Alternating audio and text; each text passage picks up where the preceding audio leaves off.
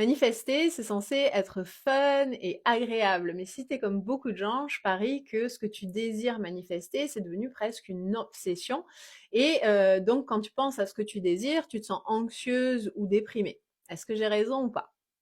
Donc je vais te dire comment y remédier, mais d'abord ce qu'il faut comprendre, c'est que c'est tout simplement impossible de manifester quoi que ce soit tant que tu seras anxieuse, déprimée, que tu te sentiras mal et que tu obséderas sur ton désir. Pourquoi? Parce que justement, quand tu obsèdes sur quelque chose, ça signifie que ce sur quoi tu focalises, c'est l'absence de cette chose, et donc évidemment, c'est ce que tu continues de recevoir. Donc si tu es dans ce cas-là, je vais te dire quoi faire, mais par contre, je te préviens, ça risque de pas trop te plaire. Donc la première chose à faire, c'est de mettre ta manifestation dans une petite boîte au fond de ta tête, bien cachée. Et une fois que tu as fait ça, tu vas prendre un papier, un stylo et tu vas noter toutes les émotions que tu ressentirais si tu avais déjà cette chose-là dans ta vie.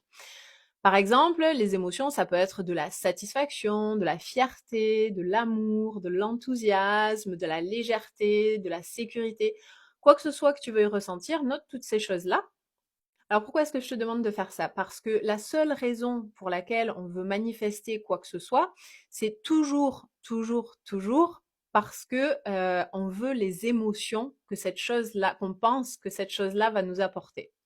Et ensuite, tu vas poser l'intention de ressentir ces émotions là, maintenant, tout de suite, dans ta réalité, quelles que soient tes circonstances actuelles. Donc laisse tomber complètement l'idée de manifester quoi que ce soit, puisque de toute façon, pour le moment, ça ne pourra pas fonctionner tant que tu te sens anxieuse, déprimée, que tu te sens mal, quoi, en gros. Et à la place, focalise à 100% sur cette intention de ressentir toutes ces émotions aussi souvent que possible au quotidien. Alors là, je suis à peu près sûre que tu vas dire oui, mais j'ai pas ce que je veux, donc je peux pas ressentir ces émotions sans avoir ce que je veux. Et ça, c'est complètement faux. Et ça veut tout simplement dire que tu as rendu ton bien-être conditionnel à des circonstances extérieures. Et quand on fait ça, on ne peut jamais manifester ce qu'on veut. Par exemple, si tu veux ressentir de l'amour, remonte dans le temps, dans ton imagination et repense à des moments où tu t'es senti aimé.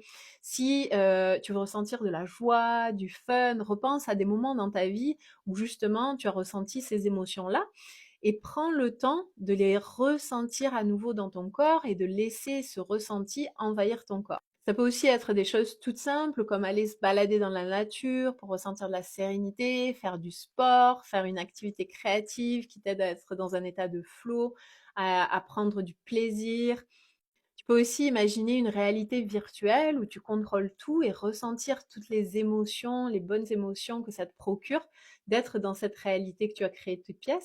Et quand tu fais ce type d'exercice tous les jours, tu vas apprendre à réguler ton système nerveux, à ressentir ces émotions à la demande, sans que quoi que ce soit d'extérieur ne change. Et c'est justement quand on apprend, quand on se sent bien et qu'on apprend à se donner ce bien-être à soi-même sans condition, que l'on peut manifester ce qu'on veut beaucoup plus facilement et surtout parce que ce sera juste la cerise sur le gâteau parce que tu n'en as pas besoin pour te sentir bien.